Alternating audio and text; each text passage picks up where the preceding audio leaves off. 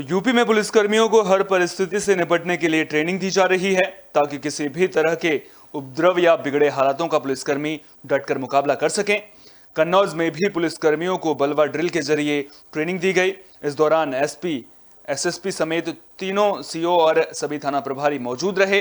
बता दें कि बलवा ड्रिल का आयोजन कन्नौज पुलिस लाइन में किया गया था। जनपद कन्नौज में आज शुक्रवार की जो परेड होती है उसमें आज दंगा नियंत्रण ड्रिल का रिहर्सल किया गया। इसका मुख्य उद्देश्य ये था कि जो हमारे फील्ड में जो पुलिसकर्मी तैनात हैं उनको बुला करके उनका भी एक रिहर्सल करा दिया जाए ताकि किसी भी प्रकार की प्रतिकूल कानून व्यवस्था की स्थिति से निपटने में वे अपने आप को सक्षम महसूस करें। सर, कुछ कमी या कुछ निर्देश दिए गए हैं पुलिसकर्मियों को, ऐसा कुछ? पुलिसकर्मियों को ये निर्देश दिए गए हैं कि हमेशा किसी भी प्रकार की परिस्थिति से निपटने के लिए अपने आप को तैयार रखें।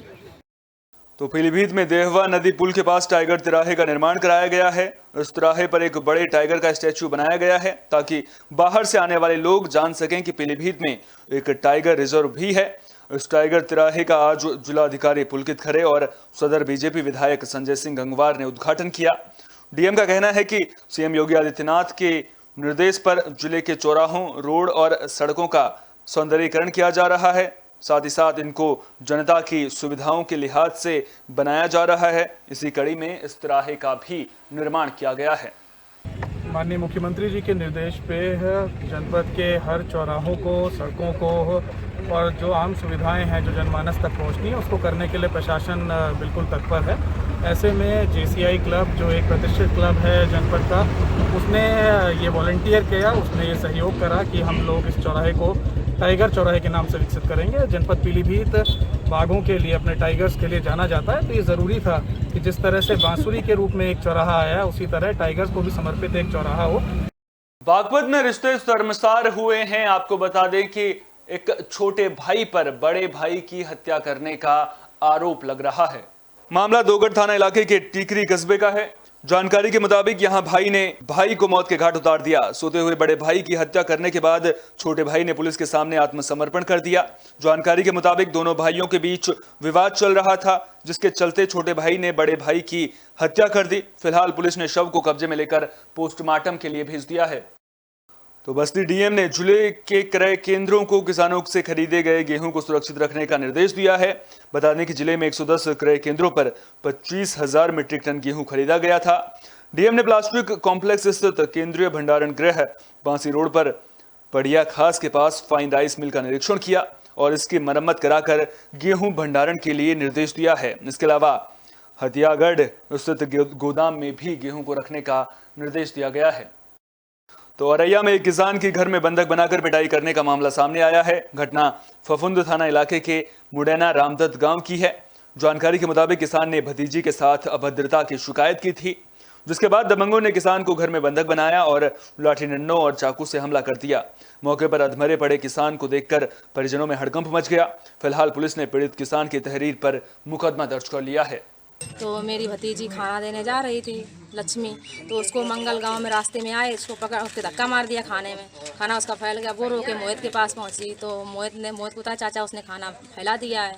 तो मोहित जैसे देखा तो उसको गुस्सा आ गई, वो उलाना देने गया। जब वो उलाना देने गया तो वो लोग गाली गलौज करने लगे। उसकी माँ बोली कि तू असील खाओ मेरे चबूतरे पे आ। तो ये गुस्से में चबूतरे पे चढ़ गए। जैसे चबूतरे पे चढ़े तो इन लोगों ने उसको बंदी बना के अपने घर में डाल लिया, अंदर से कुंडी बंद कर ली। उसके बाद फिर मतलब कई घंटे, 2-3 घंटे इन लोगों ने बंधक रखा। 2-3 घंटे बाद हम लोगों को खबर मिली है कि लल्ला वहाँ पे पकड़ लिए गए। जब हम लोगों, हमारी फैमिली के लोग पहुँचे वहाँ पे तो ये बंधे पड़े थे वहाँ पे। इन लोगों ने बहुत बेरहमी से मारा है। जब हम लोगों ने छुटाया तो उन्होंने 100 नंबर फ़ोन कर दिया। 100 नंबर पुलिस आई है, 100 नंबर के बाद फोर्स भी आया है। तो उन्नाव में पुलिसकर्मियों ने रिजर्व पुलिस लाइन ग्राउंड में दंगा नियंत्रण ड्रिल का आयोजन किया। इस दौरान जवानों ने दंगारोधी उपकरण और वाहनों के साथ डेमोन्स्ट्रेशन किया। कार्यक्रम के आखिर में एसपी ने जवानों को ब्रीफ भी किया। साथ ही ड्रिल की बारीकियों में रह जाने वाली खामियों को लेकर जरूरी दिशा निर्देश भी दिए। तो झांसी के मोट में दो पक्षों के बीच विवाद में फायरिंग की खबर सामने आई है, जिसमें मौके पर मौजूद एक युवती गंभीर रूप से घायल हो गई। मामले की जानकारी मिलने पर पहुंची पुलिस ने युवती को सामुदायिक स्वास्थ्य केंद्र में भर्ती कराया, जहां महिला की नाजुक हालत को देखते हुए उसे झांसी रेफर कर दिया गया है।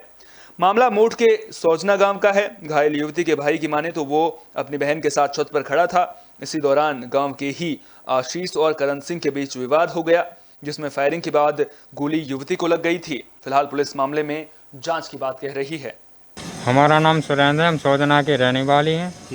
सर हम छत पर बैठे हुए थे और करण सिंह परिहार और गांव आशीष यादव, उन दोनों का झगड़ा हो रहा था और उन्होंने फायरिंग की तो हमारी बहन छत पर बैठी थी, सीधी आगे माथे पर यहाँ पर लगी। क्या गोली? घायल है बहन? हाँ घायल है। कहाँ लाए हैं? मोट। देखिए, आज तकरीबन 9:30 बजे रात को सूचना मिली थी कि सौजना ग्राम थाना मोड़ क्षेत्र के अंतर्गत आता है, उसमें आशीष यादव और करण सिंह परिहार इनके बीच में झगड़ा हुआ है और इस झगड़े में किसी पक्ष द्वारा जो है तमंचे से फायर किया गया है।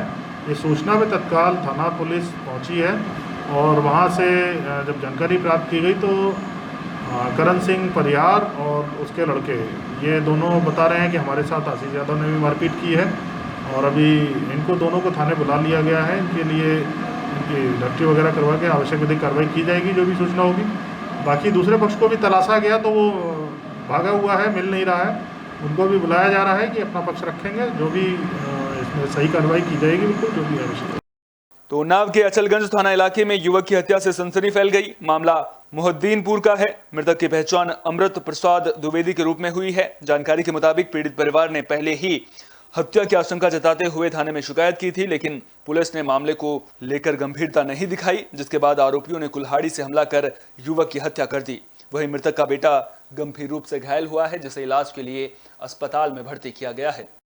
तो झांसी के मऊरानीपुर में गोलीकांड में व्यापारी की हत्या का मुद्दा तूल पकड़ रहा है। अब लोगों ने मोहल्ले में पॉम्पलेट चिपका दिए हैं जिसमें लिखा है कि अशोक अग्रवाल का आतंक के खिलाफ बलिदान है। वहीं सपा के पूर्व विधायक डॉक्टर रश्मि आर्य परिजनों से मिलने पहुंची, जहां उन्होंने मृतक के परिजनों को न्याय दिलाने का आश्वासन दिया है। देखिए, मऊरानीपुर में पहले कभी 5 सालों में जब मैं विधायक रही तो इस तरह के अत्याचार तो कभी हुए नहीं, लेकिन अब बीजेपी की सरकार में अगर ये अत्याचार हो रहा है। अशोक अग्रवाल जी हैं जो कि मऊरानीपुर के निवासी हैं और यहाँ ही सामने सेठिया परिवार रहते हैं, जिनका हमेशा अत्याचार यहाँ के लोग सहन करते हैं, लेकिन मेरे कार्यकाल में नहीं हुआ है। बट ये जो इन्होंने गोली मार के इन्होंने इनकी हत्या कर दी, हम इनके साथ हैं, इस परिवार के साथ हैं और निश्चित हम ये वादा करते हैं और ये कहते हैं कि एसएसपी के पास जाके मैं इस बात को कहूँगी और न्याय दिलाने का काम करूँगी कि इनको न्याय मिले, क्योंकि इनके भी छोटे छोटे बच्चे हैं और इनका भी जो मतलब कमाने वाला परिवार है, जो इनके जो मुखिया थे वो ख़त्म हो गए हैं। तो मैं न्याय दिलाने का काम करूँगी और सेठिया परिवार को सबक सिखाने का काम करेंगे कि आगे से कभी ऐसा किसी और के साथ करने की इनकी नौबत हो कर भी नहीं पाएंगे ये ऐसा।